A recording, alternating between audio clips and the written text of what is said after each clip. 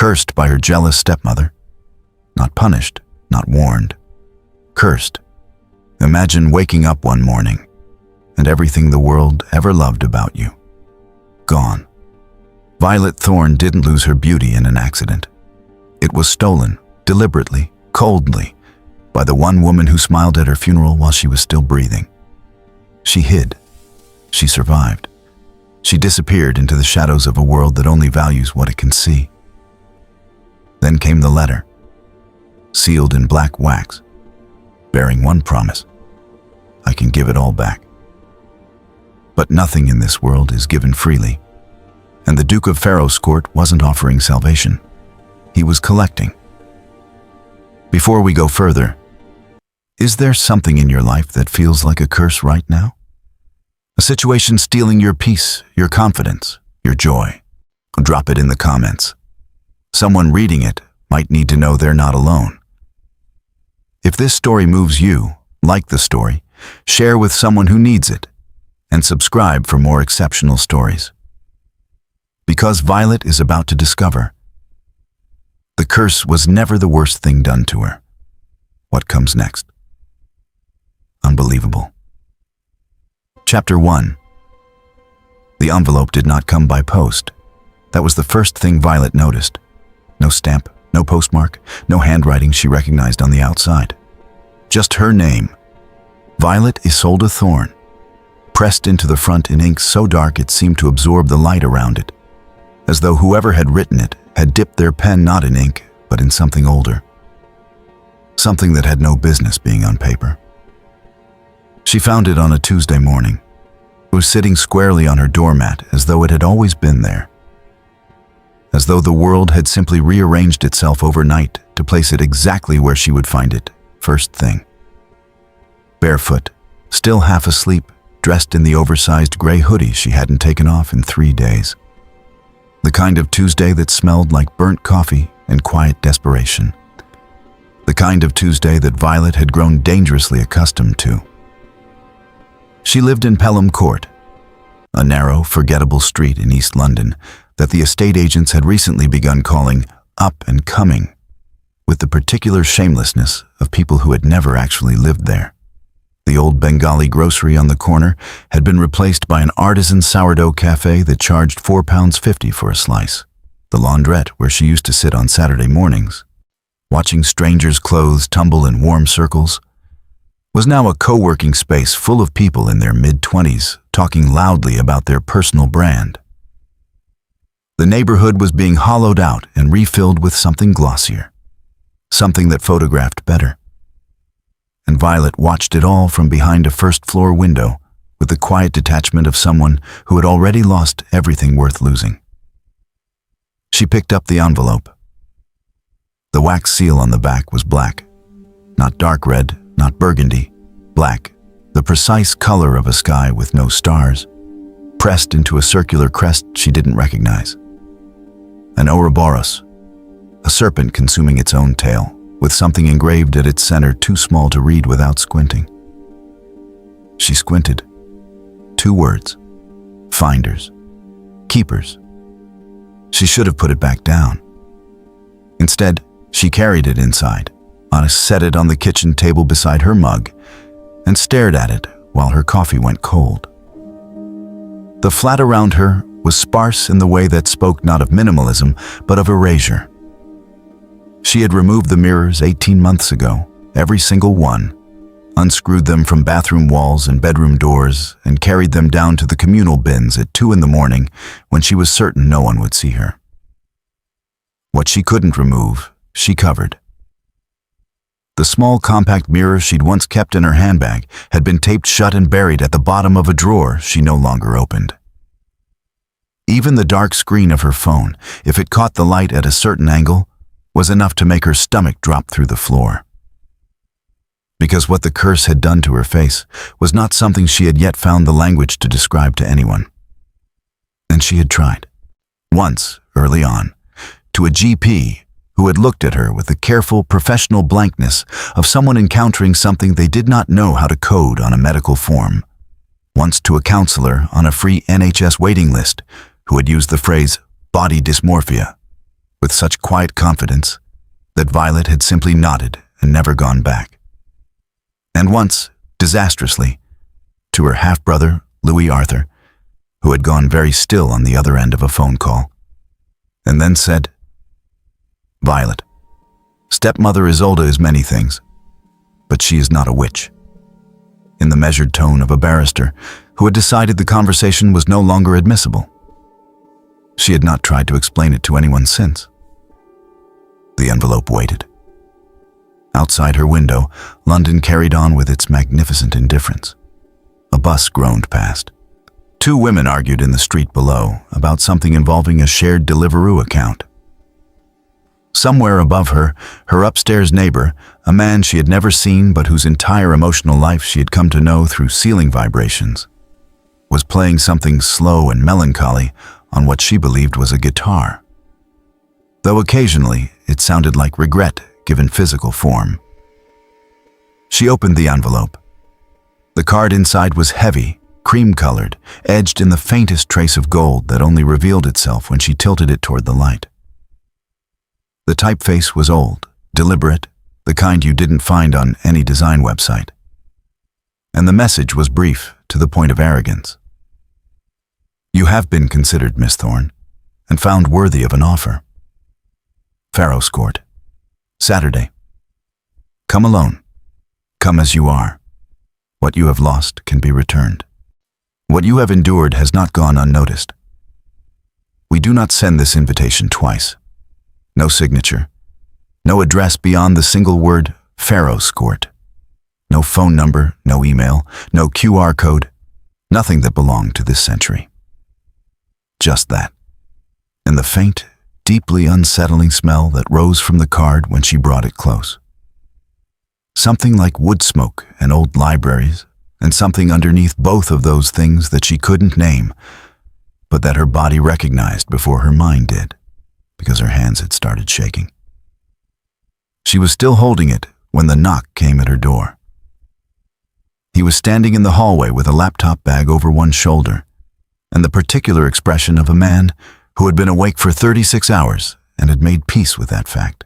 Tall, dark-haired, with the kind of face that wasn't immediately handsome, but became so the longer you looked at it, the way a good sentence reveals itself slowly. He was wearing a jacket that had seen considerably better decades, and press credentials around his neck that read, in small laminated letters, "Cassian Flight, Independent Investigative Press." "You got one, didn't you?" he said. It was not a question. Violet stared at him through the gap the chain allowed. "I don't know what you're talking about." "Black wax seal. Your full name on the front in ink that looks slightly wrong. Smells like something that shouldn't exist."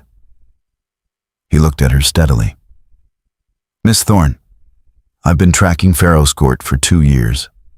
I've interviewed 11 women who received that invitation. I've found documented records of 6 of them." He paused, and then the pause was doing considerable, heavy lifting.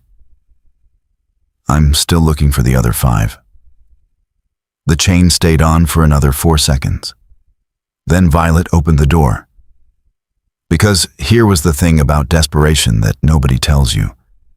It doesn't make you reckless all at once.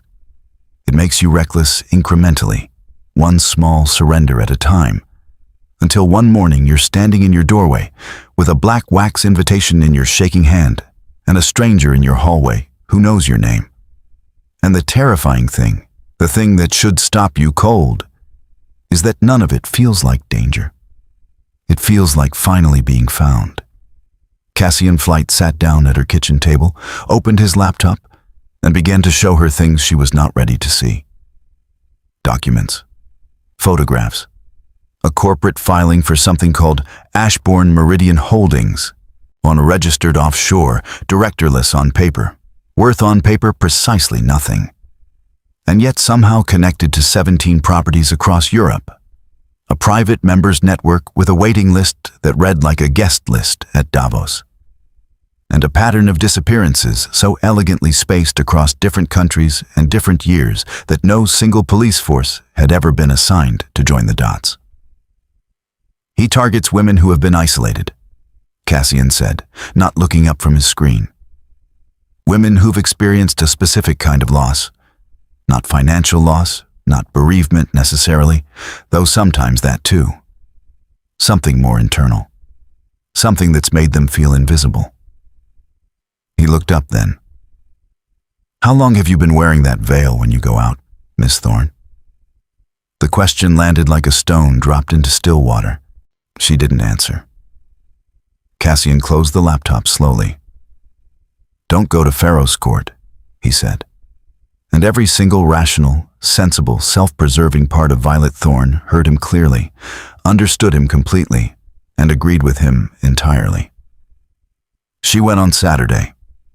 The carriage that collected her was drawn by two black horses so perfectly matched they might have been cast from the same mold.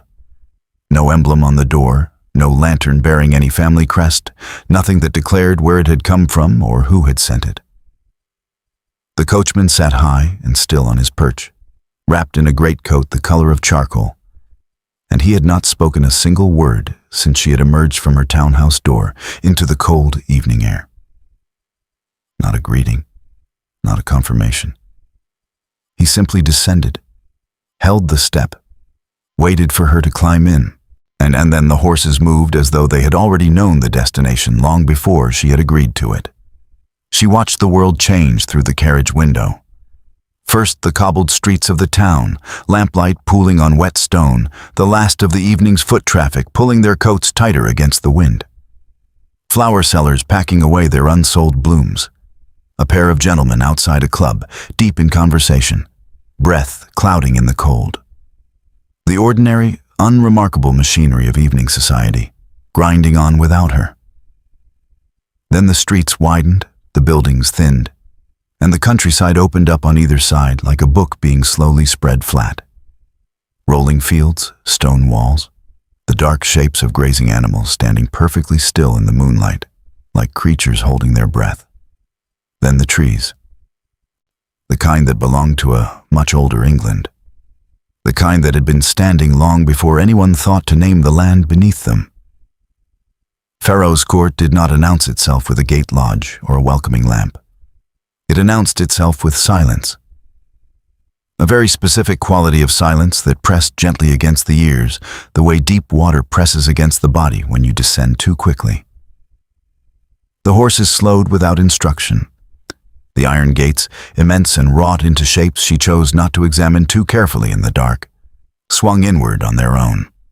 No groundsman, no visible mechanism. They simply opened. And the carriage rolled through as though it had done so 1,000 times before. The entrance hall was the most devastating room Violet had ever stood inside, and she had grown up in a house with painted ceilings and a gallery that ran the full length of the east wing. But this was something else entirely. Candelabras everywhere, dozens of them, throwing warm, unsteady light across walls hung floor to ceiling with portraits. Women, mostly, rendered across what appeared to be several different centuries, each one painted with a devotion that felt almost religious. Each one, she noticed after a moment, looking not at the artist, but at something just beyond the frame, something the painter had chosen not to include. She was still studying the nearest portrait when she heard the footsteps, light ones, unhurried. Daisy Ruelle appeared from the far end of the hall, the way a pleasant thought arrives unexpectedly, softly, without warning.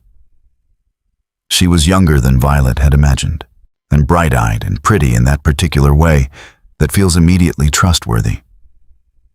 She wore a gown of pale gold that caught the candlelight beautifully, and she moved through the enormous room with the easy, unthinking grace of someone who had stopped noticing it long ago. "Miss Thorne," she said warmly, her smile wide and genuine. "We have been expecting you. Come, I shall show you to your room. His Grace does not receive guests until dinner." Violet followed her up a staircase that swept upward in a long, ceremonious curve. "How long have you been a guest here?" Violet asked, keeping her voice light. Daisy tilted her head, the way someone does when converting an unfamiliar currency in their head. while," she said pleasantly. "Time moves rather differently within these walls. You shall see." She said it the way one might mention that the drawing room faced south, entirely without alarm. Violet pressed carefully on. "And you are free to leave whenever you wish?" Daisy laughed then. It was a lovely sound, bright and unforced. But behind her eyes, behind the warmth of it, something did not move at all. Something sat very still, the way a painted thing sits still. "Why ever would I wish to?" she said. "And that, if you sit with it honestly, is the question worth carrying out of this room and into your own life. How many places are you remaining in right now? Not because the doors are bolted, not because anyone is preventing your departure, but simply because comfort has quietly convinced you that wanting more is ungrateful? How many gilded halls are you wandering through, calling it belonging, when the truth is you arrived desperate and simply never permitted yourself to leave?" Her rooms were at the end of a corridor that stretched considerably further than the exterior of the building had suggested was possible. The four-poster bed was dressed in deep green silk. The windows looked out onto grounds that dissolved into darkness at a distance the moonlight couldn't quite reach. On the writing desk beside the window, a single white card in that same deliberate hand. "Rest well, Miss Thorne. Tomorrow the offer." She sat on the edge of the bed fully dressed, her traveling cloak still around her shoulders. From somewhere deep within the east wing, beyond a door she had noticed at the far end of the corridor, locked, plain, the sort of door that had been designed specifically to discourage curiosity, something moved. Not footsteps. Something slower and more considered than footsteps. Like the turning of something very large that had been perfectly still for a very long time, and was now, with great deliberateness, beginning to wake. She thought of the letter Cassian Flight had pressed into her hand on the morning she departed, folded twice, sealed with plain wax, which she had opened in the carriage and read twice before the light failed. It had said simply, in his close, urgent handwriting, "Whatever he places before you at that table, Violet, understand that the figure he names is never the true cost. The true cost is always the thing he doesn't mention, the thing you don't think to ask about until it is already gone." She turned the card over in her fingers. Then the nearest candle went out, not guttered, not flickered and died in a draft. They simply ceased, as though something had made a quiet, considered decision about the light. And in the darkness that followed, from behind that locked door at the corridor's end, came the softest sound she had ever had to strain to hear. A quill, she thought, moving across parchment, slowly, deliberately, writing something. She suspected, with a chill that had nothing to do with the cold, that it was her name. Dinner was served at 9, as promised. A footman appeared at her door at precisely 1:45, white-gloved, expressionless, bearing a single white candle in a silver holder, as though the corridors of Ferroscourt were not already lit, as though he had been sent specifically to escort the light rather than the guest. He led her back down the staircase, through the entrance hall, where the portrait women watched without watching, and into a dining room that stopped her breath cleanly at the threshold. The table was long enough to seat 20. Tonight, it was set for 2. Everything about the arrangement was precise in the way that theatrical productions are precise, every detail chosen not for comfort, but for effect. The candelabras were positioned to cast the most flattering possible light on the chair at the table's far end, where the Duke of Ferroscourt was already seated, one hand resting on the white tablecloth with the easy stillness of a man who had never once in his life been kept waiting. He rose when she entered. Of course he did. The manners were immaculate. They always are with men like this. Manners are the first thing deployed and the last thing you think to question. Leofric Ashbourne was, in the plainest possible terms, an extraordinarily handsome. but it was a handsomeness that disturbed her slightly in a way she couldn't immediately locate. The way a painting can be technically flawless and yet produce in the viewer a faint, sourceless unease. His features were too arranged, perhaps, too composed, as though his face had been considered rather than simply born. He was dressed impeccably in black, his cravat perfectly tied, his dark hair swept back without a strand out of place. And when he smiled at her across the length of that impossible table, she felt it land somewhere behind her sternum like a coin dropped into deep water. "Miss Thorne?" he said, and her name in his mouth sounded like something being collected. She crossed the room and sat because the alternative was turning and leaving, and she had not come this far, or had not endured 18 months behind a veil in a grey London flat, to turn away from the only door that had opened to her in all that time. The first course arrived. Clear soup, delicate, served in porcelain so fine she could see the candlelight through it. He watched her lift her spoon. She was aware of being watched with the specific, evaluating attention of someone who is not admiring, but assessing, cataloging, noting down. It felt less like being looked at and more like being read. "You are wondering," he said pleasantly, "why the table is set for two when a house of this size ought to have considerably more guests." "I was wondering," she said carefully, "why there are no other guests at all." He smiled. "There are others here. They simply dine privately. And some guests of Pharaoh's court have moved beyond the need for company." He said it as though it were a mark of distinction, an achievement. "You will understand, in time." The soup was removed. A second course appeared, some arrangement of braised something she couldn't name, plated with the attention of an artist. She noticed she had not seen the same footman twice. Each dish was delivered by a different pair of white gloves, a different blank face, as though the staff of Pharaoh's court were inexhaustible, as though the house simply produced them as required and absorbed them again when they were no longer needed. "You received the card," he said. Not a question. "I did." "And yet you came without sending word ahead, without requesting further detail, without negotiating any terms. You simply came." He tilted his head. "Most people require considerably more convincing." "Most people," Violet said quietly, "have more left to lose." Something shifted in his expression then, not softened. Sharpened, rather, the way a lens sharpens when it finds its precise focal point. He leaned forward very slightly. "Yes," he said. "That is exactly why you are here and not someone else." He set down his fork.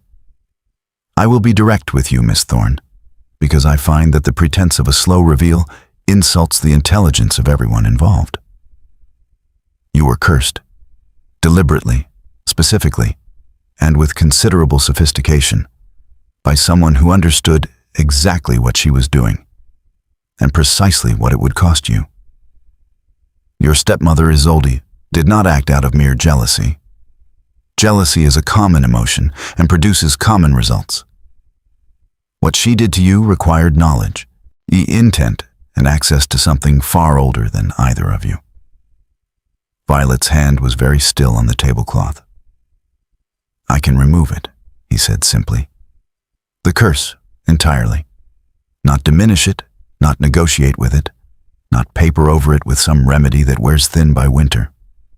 Remove it. Your face, your life, your name in society, all of it returned to you intact, as though the last 18 months were nothing more than a troubling dream you have now woken from." The candles breathed around them. Somewhere in the walls, or beneath the floors, or perhaps simply within the quality of the silence itself, something listened. "And in return?" Violet said. He smiled again, and this time it was the smile of a man arriving at the part of the conversation he had always most enjoyed. "In return," he said, "you remain at Pharaoh's court, not as a prisoner, Never that. As a permanent guest, you would want for nothing, your every comfort attended to. The finest of everything this world produces, yours without question or limit. She looked at him steadily. And my soul? A pause, brief but real. Your soul, he said carefully, would remain entirely your own. Technically. That single word sat on the table between them like a blade someone had placed down with great gentleness, handle first, inviting you to pick it up without acknowledging what the other end was capable of. And here is what nobody discusses when they speak of bargains like this one. In drawing rooms, in cautionary tales, in the whispered warnings of older women to younger ones who aren't listening yet. The danger is never in the terms you can see. The danger is always in the word they use to qualify the ones they know you'll question. Technically, essentially, in a manner of speaking. For all intents and purposes, these are not reassurances. They are architecture. They are the walls being built around you while you are still admiring the ceiling. Violet set her own fork down. You've made this offer before, she said. To other women. Women who came here as I did, who sat in this chair as I am sitting, who heard these same words in this same room by this same light. He did not deny it. Where are they now? She asked. Leofric Ashbourne looked at her for a long, measured moment. Then he lifted his wine glass, turned it slowly in his fingers, and said, with the quiet, absolute confidence of a man who has never once been refused anything he has truly wanted. They are exactly where they chose to be. Which was not, she noted with every nerve in her body firing at once, any kind of answer at all. She did not sleep. Not because the bed was uncomfortable. It was, in truth, the most exquisitely appointed bed she had ever lain in. The kind of bed that made you understand, viscerally, why the very wealthy so rarely accomplish anything before noon. But sleep requires a particular surrender of the mind, a loosening of the grip. And Violet's mind had not loosened its grip since the moment Leofric Ashbourne had said the word technically, and then smiled as though he hadn't. She lay in the dark and thought about her stepmother.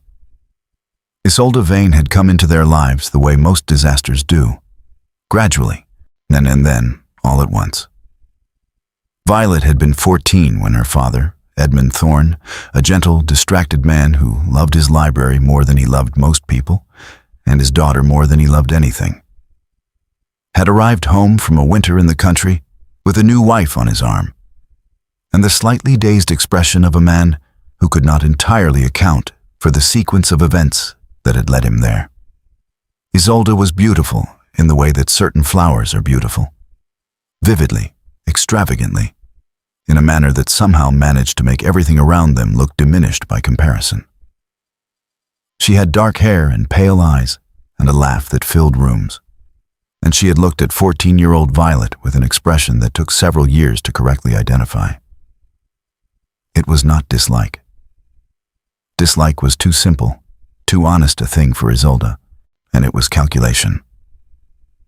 Edmund Thorne had died when Violet was 22, quietly in his library, surrounded by the books he had loved, a glass of port at his elbow, and a letter he had apparently been in the middle of writing left unfinished on his desk. The letter had been to Violet. Isolde had found it first. Violet had never been permitted to read it, and when she had asked, Isolde had looked at her with those pale eyes and said, with tremendous gentleness, that it contained nothing of consequence. Private thoughts, a father's ordinary sentiments. Nothing, my dear, that would help you now. She had believed her. For years she had believed her. She rose from the bed at 2:30 in the morning, pulled her cloak around her shoulders, and moved to the writing desk by the window. On it, as she had noted before retiring, he sat a writing set, ink, quill, paper, and at the corner, almost incidentally, as though it had always been there and simply hadn't required remarking upon, a small brass key on a velvet ribbon, the kind used for private correspondence boxes. She stared at it. Then she crossed the room to the door, opened it silently, and stepped into the corridor. Pharaoh's Court at 3 in the morning was a different house entirely from the one that received guests by candlelight. The grandeur remained, but the warmth had gone out of it, the way a face goes when the person behind it stops performing. The corridors were long and very cold, and lit by wall sconces that burned too steadily for draft-affected candle flame, which she chose not to examine too closely. She moved toward the east wing. Toward the locked door, she had heard sounds behind the previous night. Because whatever instinct had brought her to Pharaoh's Court against every reasonable argument was now directing her there with the same quiet, insistent certainty. The door was no longer locked. It stood very slightly ajar, as though someone had recently passed through and had not fully pulled it behind them, or as though it had been left open deliberately, which amounted, in a house like this, to the same thing. She pushed it open and stepped inside. The room beyond was a study. Large, ordered, lined on 3 walls with shelves bearing ledgers and correspondence boxes, and rolled documents tied with ribbon in colors she suspected signified some system of categorization she didn't yet understand. A fire burned low in the grate, which meant someone had recently been here, or the house maintained fires in unoccupied rooms as a matter of course, both of which were troubling in their different ways. At the center of the room stood a writing desk considerably larger than the one in her bedroom, and on it, arranged with the neat deliberateness of a man who trusts no one with his filing, were 3 mahogany correspondence boxes, each fitted with a brass lock. Each, she noticed, bearing a name on a small ivory card slotted into the front. The first bore a name she didn't recognize. The second bore the name of a woman she would later come to understand had been a duchess in the north who had vanished from society 12 years prior amid a quiet scandal that the newspapers had covered for precisely 1 week before something else consumed their attention. The third box bore, in handwriting she recognized with a jolt that nearly stopped her breathing entirely, the name Isolde Vane Thorne. Her hands were not steady as she lifted the velvet ribbon from around her neck. The key fit. Inside the box were letters, dozens of them, bound in 3 separate bundles with black ribbon, spanning what appeared to be nearly 2 decades of correspondence.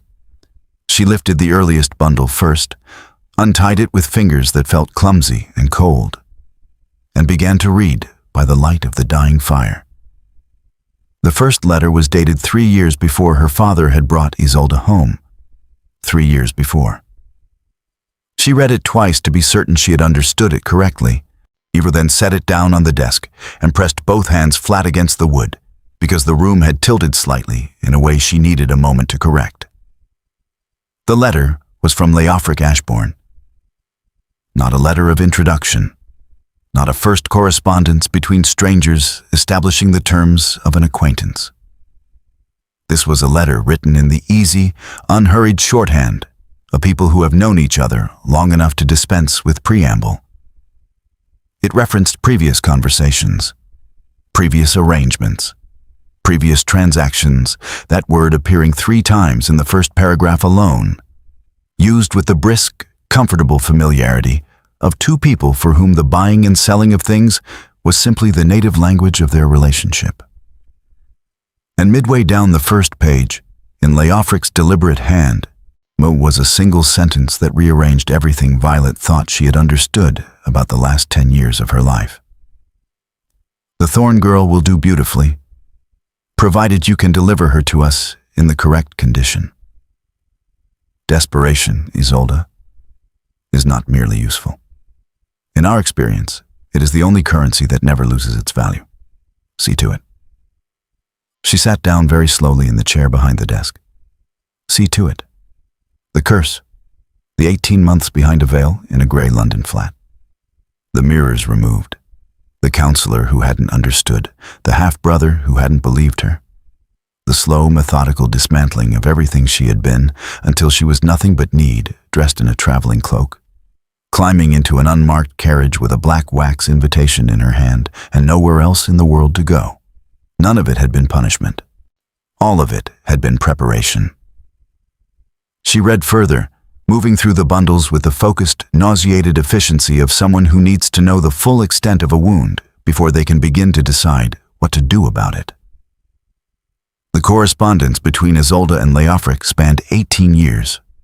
It detailed arrangements, agreements, names of other women, other families, other lives that had been quietly, surgically redirected toward Pharaoh's court by Isolde's careful, patient, invisible hand. There were financial records referenced, payments made into accounts Violet had never heard of. There were timelines, projected and actual, noting with cold precision how long each subject had taken to reach the requisite level of desperation before the invitation could be safely issued. Her own name appeared for the first time in a letter dated 2 months after her father's death. Subject is grieving and increasingly isolated. The inheritance dispute has been managed as discussed. She has no meaningful allies remaining in society. Recommend we proceed with the first stage within the year. The first stage. The curse had been the first stage. There were, she noted with a chill that settled into her bones and showed no immediate intention of leaving, 4 stages listed in a letter dated shortly after. She had arrived, apparently, at the beginning of the 3rd. She did not read what the 4th stage entailed, not because she couldn't. The paper was there, the firelight sufficient, the words perfectly legible. But because some part of her, under the part that had survived this far on nothing but sheer ungraceful stubbornness, understood that there are moments in a person's life when knowing everything at once is not clarity. It is paralysis dressed in the clothing of information. And she could not afford, not tonight, not in this room, not in this house, to be paralyzed. She retied the bundles, replaced them in the box, locked it, replaced the key on its ribbon around her neck, and stood in the firelight for a long moment with her eyes closed and her jaw set.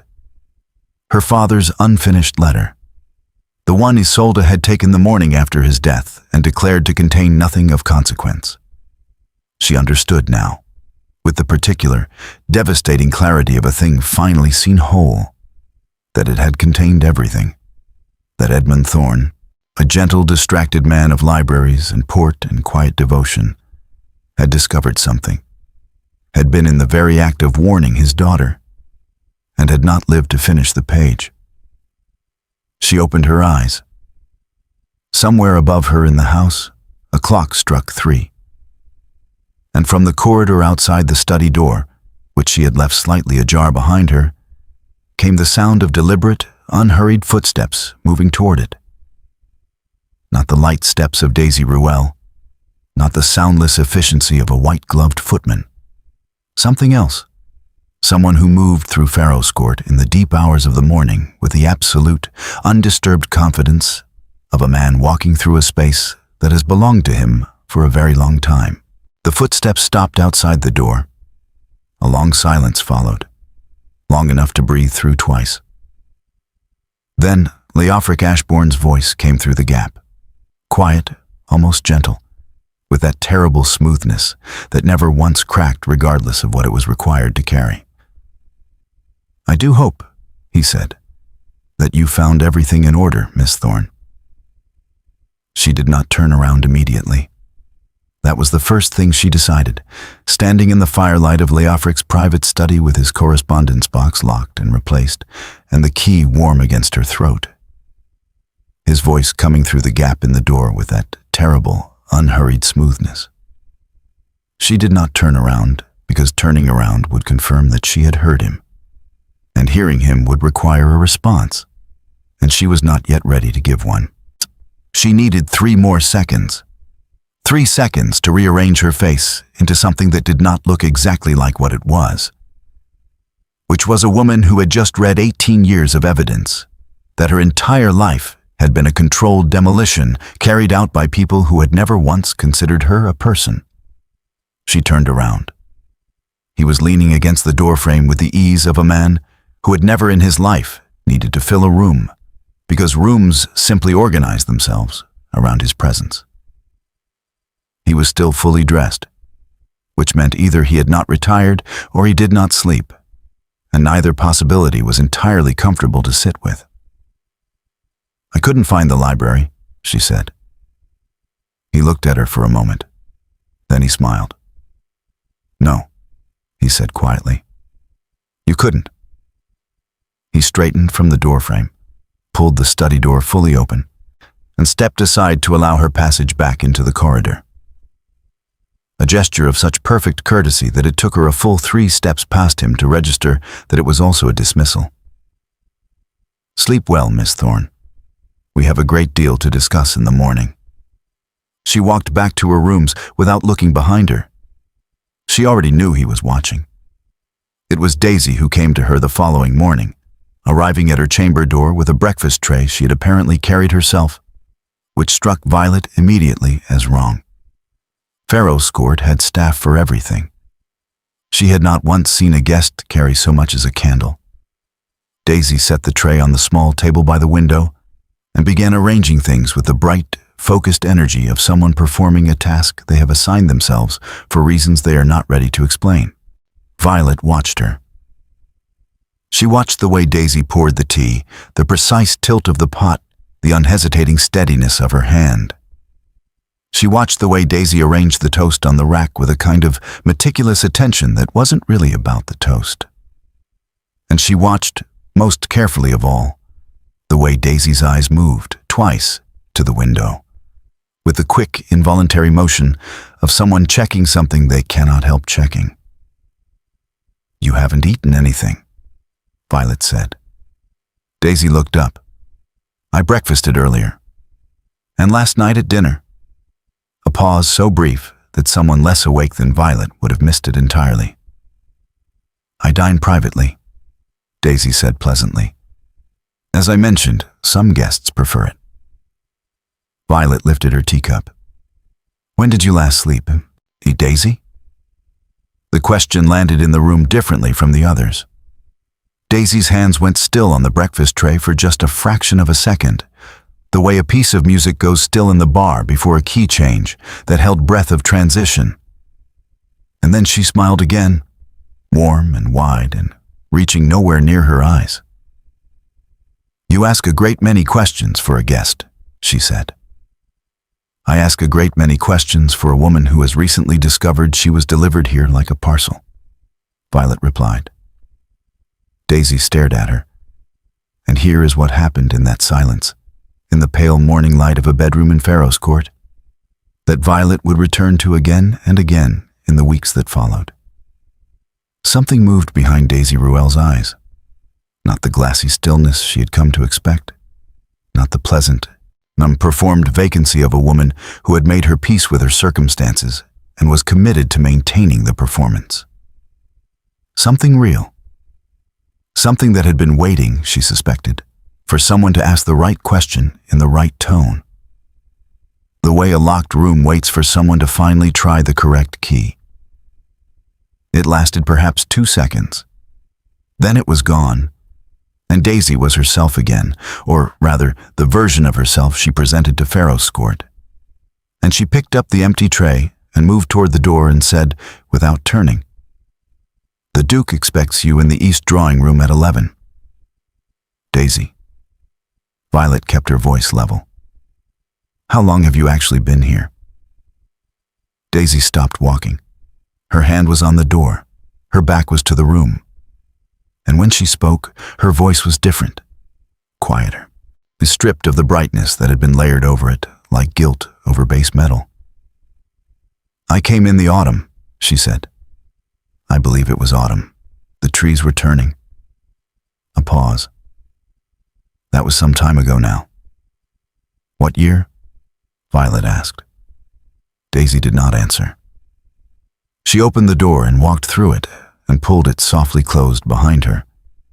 And the silence she left in the room was an entirely different quality of silence from the one that had preceded her arrival.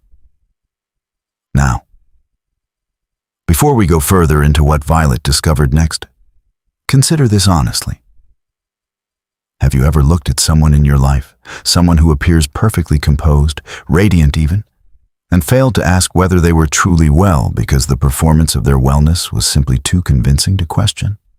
How many people are we walking past every day who have been inside their own version of Pharaoh's court so long they've forgotten what season it was when they arrived? 11 o'clock came. Violet did not go to the east drawing room. Instead, she went to find Daisy. It took her the better part of an hour, moving through corridors that Pharaoh's court seemed to subtly rearrange between visits. She was almost certain the portrait gallery had not been accessible from this staircase yesterday. And yet, here it was, opening before her like an invitation she hadn't requested. She walked through it slowly this time, reading the names on the small brass plaques beneath each portrait. 23 women. Different eras of dress, different styles of portraiture, but that same quality in each painted face, that gaze directed at something just outside the frame, that sense of a person present in body and profoundly elsewhere in everything that mattered. She stopped at the 23rd portrait. The paint was newer than the others, still carrying a faint luminosity that older portraits lose, that particular aliveness of pigment not yet fully settled into age. The woman in it was young, bright-eyed, pretty in a way that felt immediately trustworthy. She was wearing a cream silk blouse and wide-legged trousers, and she was looking, like all the others, at something just beyond the frame. The name on the plaque read, Daisy Celestine Ruel. Violet stepped back from it very slowly. The portrait had been painted, framed, mounted and plaqued and hung in the gallery, which meant it had not been done recently, not in response to Daisy's arrival, but in anticipation of it. Someone had known Daisy Ruel was coming to Pharaoh's court before Daisy Ruel had known it herself. Someone had prepared her place on this wall the way you prepare a setting at a table before the guest has confirmed they are attending. She was still standing there when she heard it. From behind the panel on the far wall of the gallery, which she now noticed, looking properly for the first time, was not flush with the others, was separated by a hairline gap running floor to ceiling, as though it were not a wall at all, but a door made to look like one. From behind it came the sound she had heard on her first night. The quill on parchment, slow, deliberate, unhurried, writing with the patience of something that had considerable time and no particular urgency. She pressed her palm flat against the panel. It swung inward. The room beyond was small, almost monastic in its simplicity after the grandeur of the rest of the house. A writing desk, a single candle, and seated behind it, her back straight, her hand moving steadily across a sheet of parchment, was a woman Violet had never seen before. Older, perhaps 60, with white hair dressed simply and eyes that lifted from the page to meet Violet's, with an expression entirely devoid of surprise. "You found it faster than the others," the woman said. "He won't like that." "Who are you?" Violet asked. "My name," the woman said, setting down her quill with the deliberateness of someone choosing their words the way a surgeon chooses instruments, "is Harriet Selene. I have been in this room for 3 years, waiting for someone with the particular quality of stubbornness that you appear to possess in considerable quantity." She folded her hands on the desk. "Sit down, Miss Thorne. What I am about to tell you cannot be rushed, and it will change the precise nature of every decision you make from this moment forward." She paused. "It will also explain," she said quietly, "what happened to your father." She sat, not because Harriet Selene had asked her to, not because her legs had made a conscious decision in that direction, but because the words "your father" landed in her chest with the particular weight of something that had been falling for a very long time, and had finally arrived. She sat in the small wooden chair across from the desk, and she put her hands in her lap, and she waited, which was the hardest thing she had done since walking through Pharaoh's court's gates, because waiting required trust, and trust was a currency she had spent the last several years discovering she could not afford. Harriet did not rush. She lifted the candle from the desk and touched it to two others mounted on the wall behind her. And the small room expanded slightly in the warmer light, revealing details Violet hadn't caught in the first moment.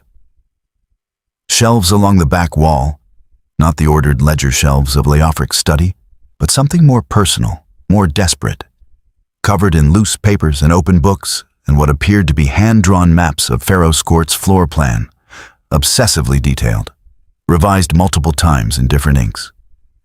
Strings of notation connecting rooms to names to dates are the accumulated work of someone who had spent 3 years doing the only thing available to them, which was understanding, as completely as possible, the precise nature of the trap they were inside.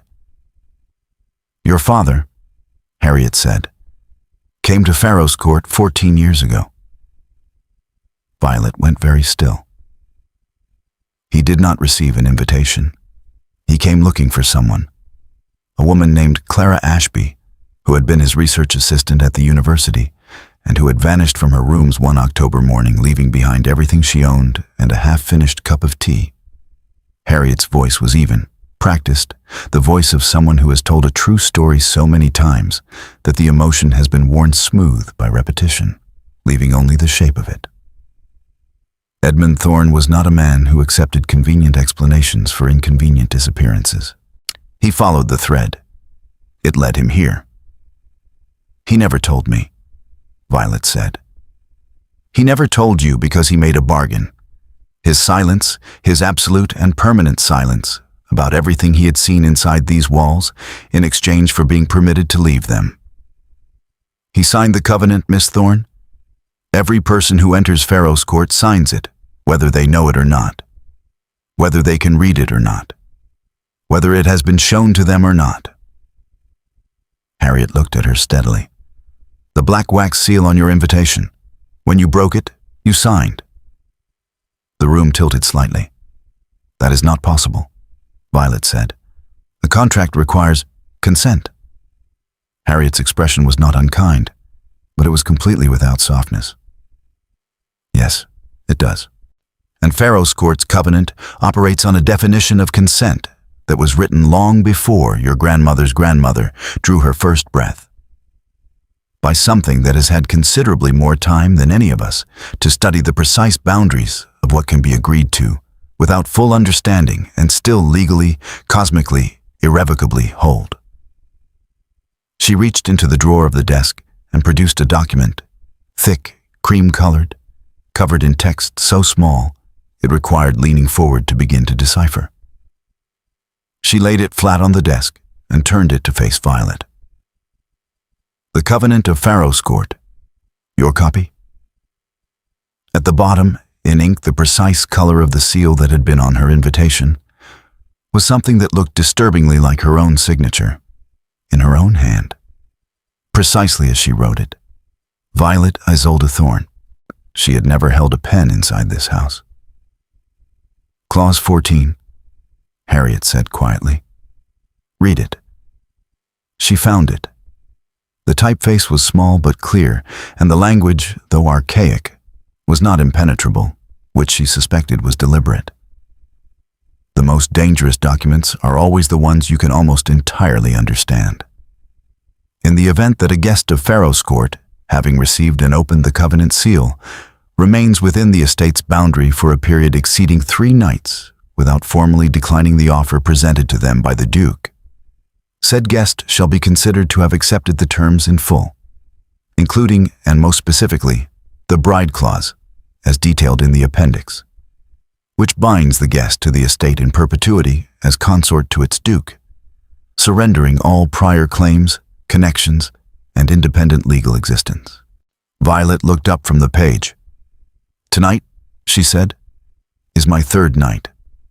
"Yes," said Harriet. "It is." Now stop. Stop and ask yourself something that this story has been quietly moving towards since the very first page. How many agreements have you entered into in your own life without reading the full terms? How many relationships, how many arrangements, how many situations that felt like opportunities have contained, buried somewhere in their fine print, a clause that fundamentally altered what you were actually agreeing to? And how many of those clauses only became visible when it was almost too late? Because this is not only Violet's story, this is the oldest story there is. She stood up from the chair. "There has to be a way to formally decline," she said. "You said formally declining, which means the mechanism exists." Harriet looked at her with something that was not quite hope, but was in the near vicinity of it. The way a distant light is in the near vicinity of warmth without being the thing itself. "The covenant can be broken," she said carefully, "under 3 conditions. The guest must possess proof of coercion, which you now have, the correspondence from his study.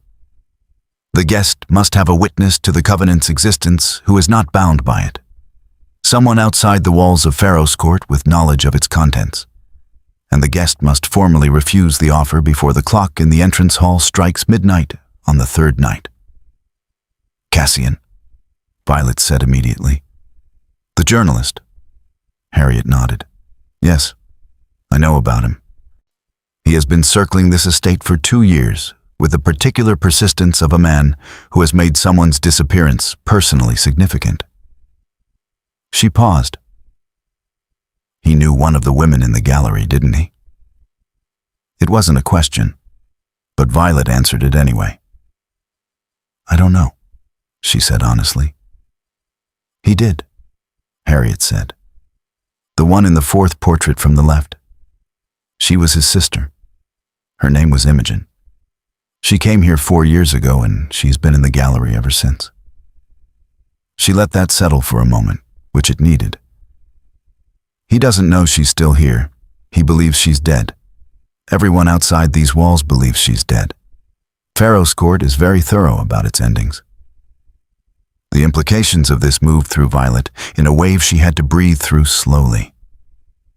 Imogen Flight, Cassian's sister, on 4 years in a portrait frame in a gallery, in a house that the world believed had no living occupants beyond staff, and a duke who appeared at no social functions, filed no parliamentary records, and maintained no correspondence with any living member of the aristocracy. And Louis Arthur, her half-brother, who had said on a telephone call 18 months ago in his careful barrister's voice that Isolde was not a witch, who had said it with the specific firmness of a man closing a subject, who had, she now understood with the cold, rearranging clarity of everything she had read in Leofric's study the previous night, been the one to facilitate the inheritance dispute that had left her financially devastated and socially isolated following their father's death, who had, and the correspondence had suggested in a letter she had nearly set aside, been contacted by Isolde Vane Thorne 3 months before Edmund Thorne's death. "My brother," she said slowly. "Louis Arthur. He's involved." Harriet's expression did something complicated. "Your brother," she said carefully, "is not what you believe him to be. But he is also not entirely what Leofric believes him to be, which is, at the present moment, the only thing working in your favor." Before Violet could press further, the door at the far end of the hidden corridor, the one that connected this small room to the rest of the East Wing, opened. And Louis Arthur Vane stepped through it. He looked at his half-sister across the candlelit room with an expression she had never seen on his face in all the years she had known him, or all the formal dinners and stiff Christmas mornings and carefully managed telephone calls that had constituted their relationship since their father's death.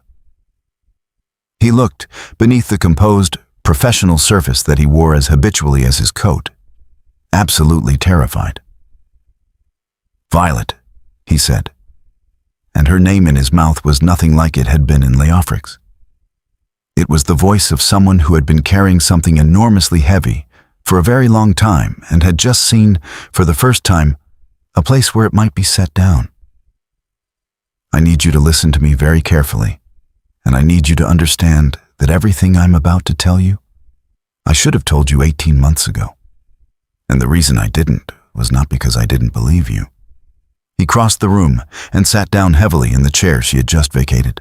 "And it was because I was afraid that if I confirmed it," he said, "they would know that I knew. And if they knew that I knew... He stopped, pressed his fingers to his eyes for a moment. Violet, I have been building a legal case against Ashbourne Meridian Holdings for 14 months. I have documentation. I have witnesses. I have a barrister colleague at the International Tribunal who is waiting for my signal. Then signal him, Violet said. I can't. Louis Arthur looked up at her, and the fear in his face had resolved itself now into something clearer and considerably more alarming, which was the specific expression of a man who has just run out of time. My correspondence has been intercepted. Every letter I've sent in the last 3 weeks has been opened and resealed. I don't know how. I don't know when it began. But I came here tonight because it was the only way I could reach you that they wouldn't expect. He paused. And because Leofric Ashbourne invited me. Violet stared at him. He invited you, she repeated. This morning. By the time I received it, I was already on the road. He reached into his coat and produced a gilt-edged card, cream-colored, sealed with black wax that had already been broken. He knows about the case, Violet. He has always known. And I think... He stopped again, and the pause was the most frightening thing she had heard in 2 days of frightening things. I think that building it was exactly what he wanted me to do. I think he let me believe I was investigating him for 14 months because at the end of those 14 months, and I would bring every piece of evidence directly to him.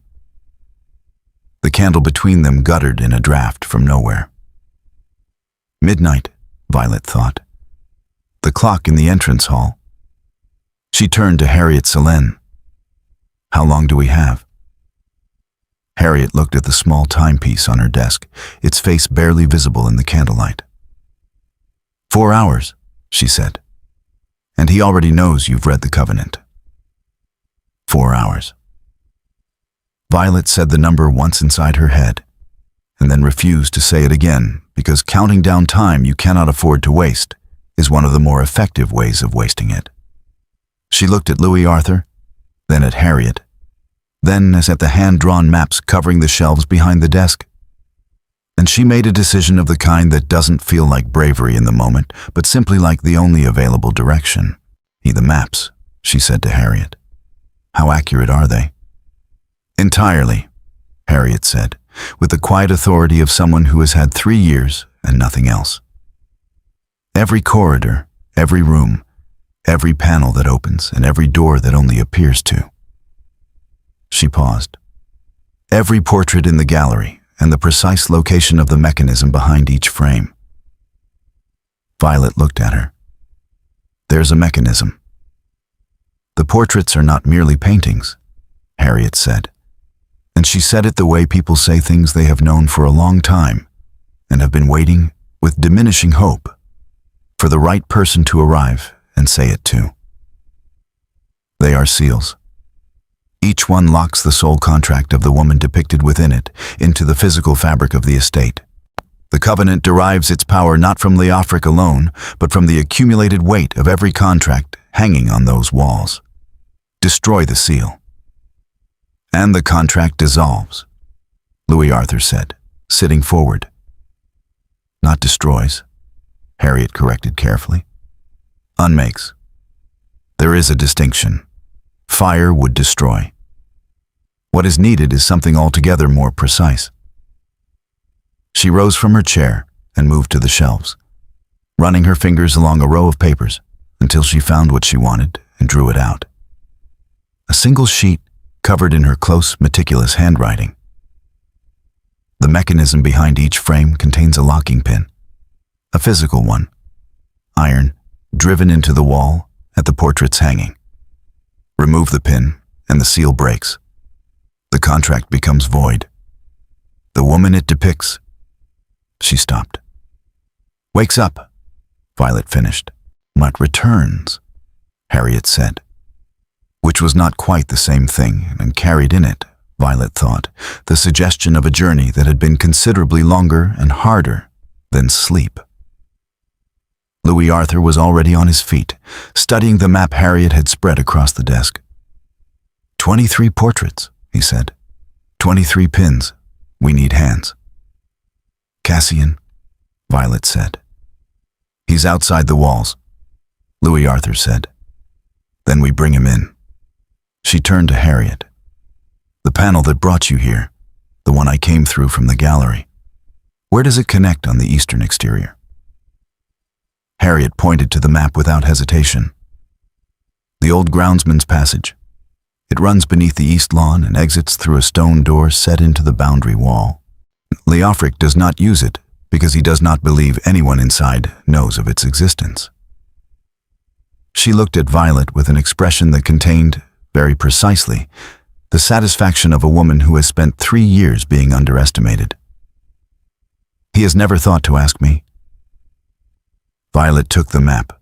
She found Cassian 30 minutes later, crouched in the shadow of the boundary wall's exterior, in a greatcoat that had not been designed for cold ground, and the expression of a man who had been outside in the dark long enough to have moved cleanly through impatience and out the other side into something grimmer and more useful. When the stone door opened inward and Violet's face appeared in the gap, he looked at her for one long moment and then said nothing at all, which was, she was discovering, one of his more valuable qualities. She pulled him through.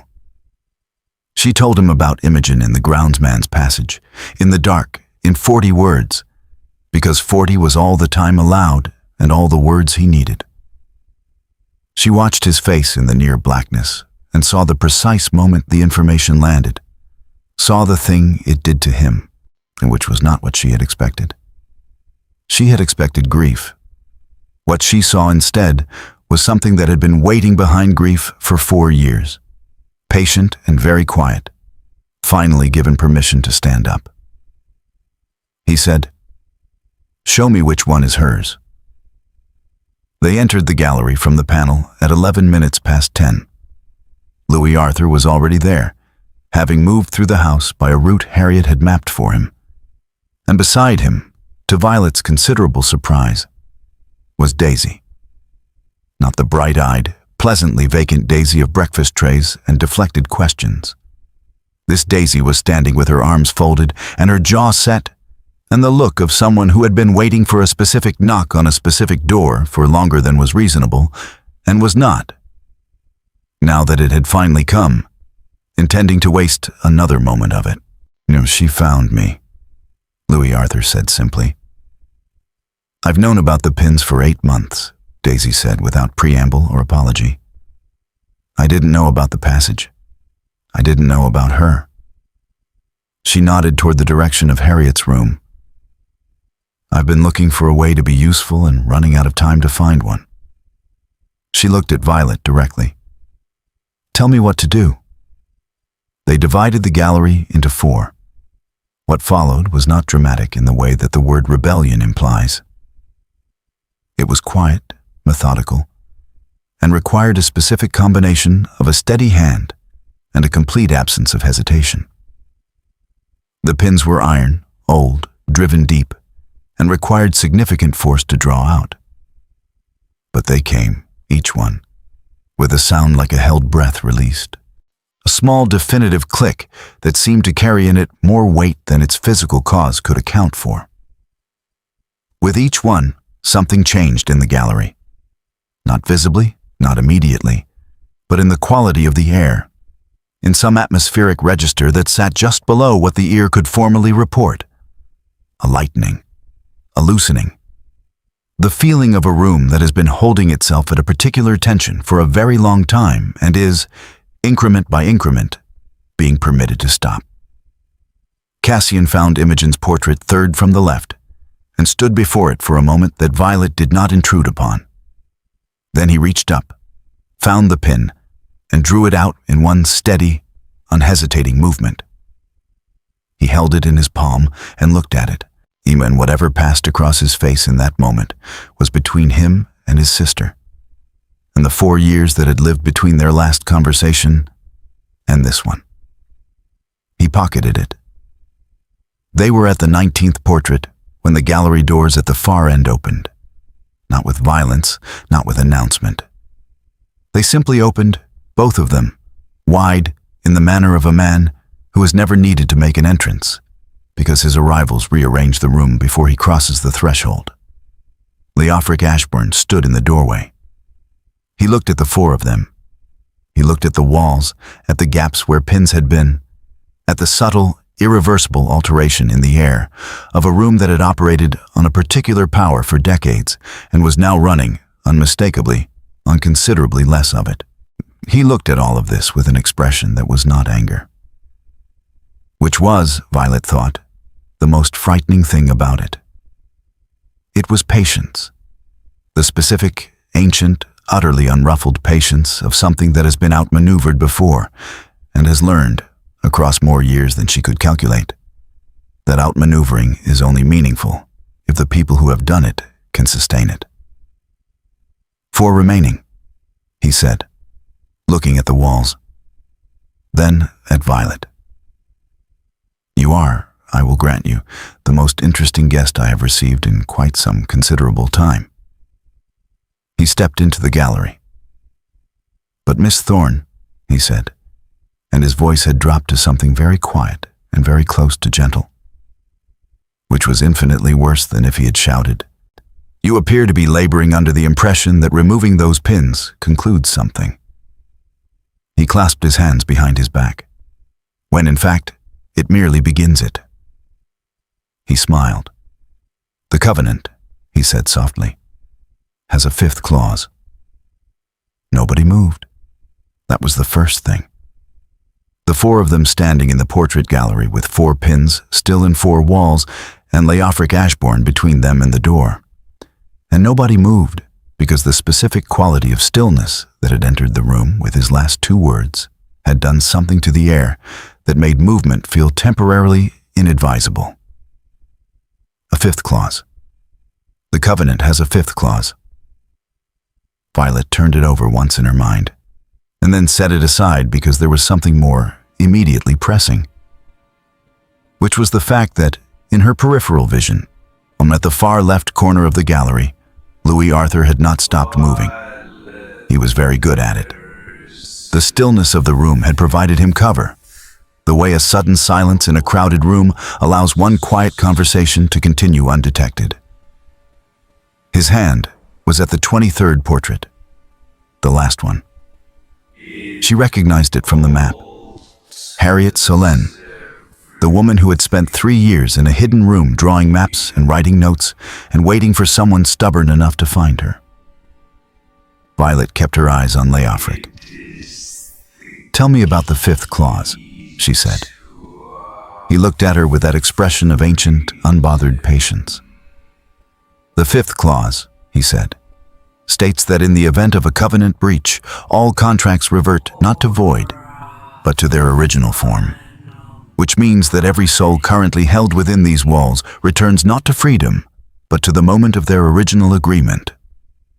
As though no time has passed, as though nothing that has happened here has happened at all." He tilted his head. "Which would include, I'm afraid, everything you have read, everything you have discovered, and every conversation you have had within these walls." The click from the far corner of the gallery was very small. The 23rd pin. What happened next did not happen loudly. There was no crack of thunder, no collapse of architecture, no dramatic unraveling of stone and mortar. Pharaoh's court did not fall. It simply, in the most precise sense of the word, exhaled. A deep, structural, long-withheld release of something that had been held at pressure for longer than the building had stood.